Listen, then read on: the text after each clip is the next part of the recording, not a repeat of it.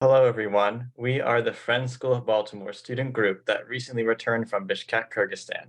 We would like to share our impressions of the country and the culture and communicate what an amazing time we had in this country that not many people visit. Next slide. All right, I'm here to talk about host families. Next slide, please. So for the 2 weeks that we were there, we stayed, for the most part, in groups of 2 in host families. So we pretty much all our time where we didn't spend it at school, we spent it like in the home practicing Russian and stuff like that. It really helped to develop our skills in Russian. I believe personally it did for me. But so usually a typical day was, you'd wake up, eat breakfast, get to school on public transport, and have our classes and everything, and then we'd come home, eat dinner, and work on homework, which sounds kind of boring, although it was pretty fun because we were able to get a lot closer to the people we were staying with. There was, my host brother, he helped me a lot with my spelling and grammar in my homework, and we had a lot of interesting conversations. We also went on some excursions in our free time with our host family. Like our host family, we went off into this park in the mountains. I know other groups had like celebrations they went to. Overall, I feel like it definitely helped to get a better understanding of the people who live there. Next slide, please. This is also some pictures of where we lived in the city. Next slide, please. Okay, so I'll be talking about some of our language classes and some of the cultural activities that we did. Next slide, please. Okay, so on the days that we had cultural excursions, we would first have an information session in the morning in Russian to sort of educate us about what we would be doing and what we would be seeing later in the day. So for the first excursion we had, we went to the Osh Bazaar. So we learned about some of the history, some phrases to say, just general information about it.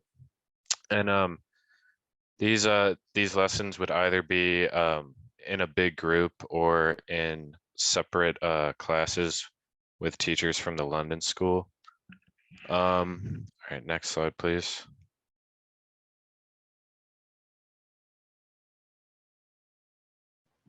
So cultural excursions and activities are definitely an integral part of this program.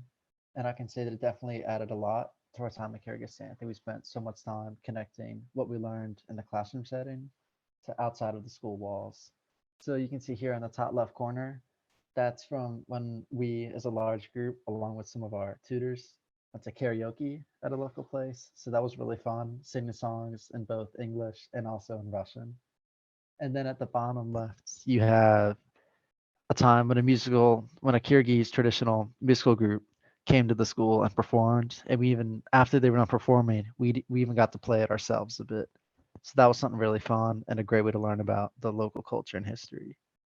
And then also on the right, you have 2 pictures from when we went to a cooking master class and we made traditional foods. Like here in the picture, we were making barsok, which is a traditional bread in Kyrgyzstan. Next slide. So I'll be talking about peer tutors and our school connection with the Hermann Gmeiner School. Next slide, please. So while we were in Kyrgyzstan, one of our main activities was visiting the local school where our host sibling studied, which was the Hermann Gmeiner School, or also known as the SOS School. There, we built connections with the school through talking with the students there and playing basketball and other fun activities with them. Next slide. And one of our other activities was walking around the park with nearby tutors, and we chatted and played tag, etc. And then we also had lunch in the cafeteria at the school, which was quite good. And another day we did karaoke together with these tutors, singing in Russian, English, and Kyrgyz. And we also had connections with tutors who were outside the SOS school, who were also high school students. Next slide, please.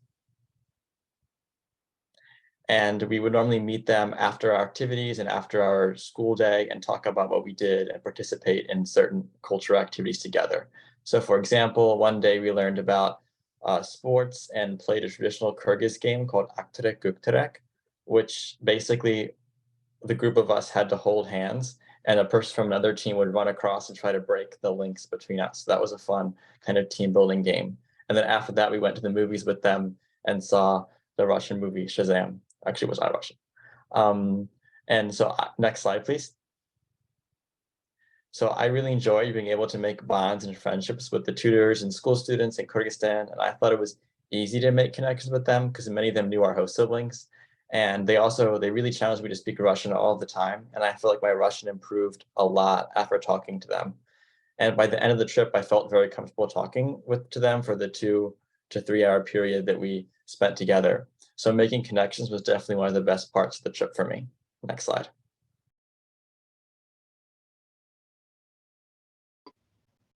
After first Bishkek, we traveled largest lake or second mountain lake in the world. Unfortunately, Anthony, we can't really hear you. Anya, could you speak? Sure. After our first week in Bishkek, we traveled east to Issyk, which is the largest lake in Kyrgyzstan. And for us to help put that into context, we learned that it's about the same size as the state of Delaware, which is pretty substantial. And it's the second largest mountain lake in the world.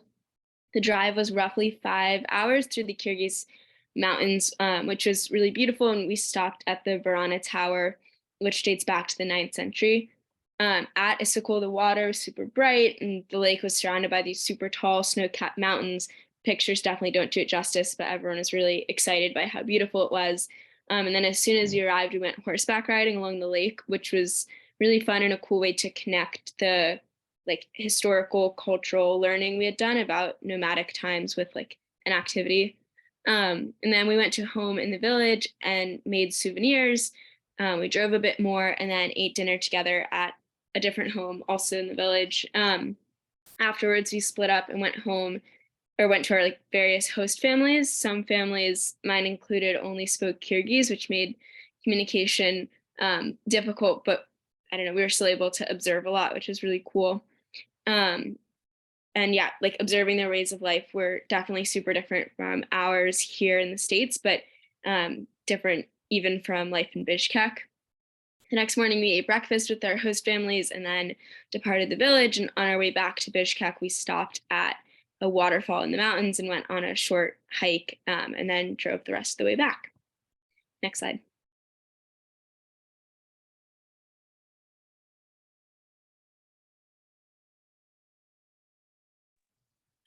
What did I learn from this experience? So being in an immersion environment forced us to pick up a lot about both language and culture. And I feel like it was so much easier and almost effortless to pick up Russian language and expression while learning in Bishkek versus in the classroom in the US. And having a host family and opportunities to make connections with other students help us understand how people on the other side of the world are both different and similar to us. We had all the same life experiences and can connect to each other over many different things, such as playing basketball or talking about where we're going to college. And all of our cultural experiences and activities immersed us in Kyrgyz culture. So the dance, we learned a lot about dance and the importance of horses and traditional poems and music. And we also got to learn quite a lot about history and traditions of a country that not many Americans can look at on a map. So I'm very grateful to have gotten to take part in this experience. Thank you so much.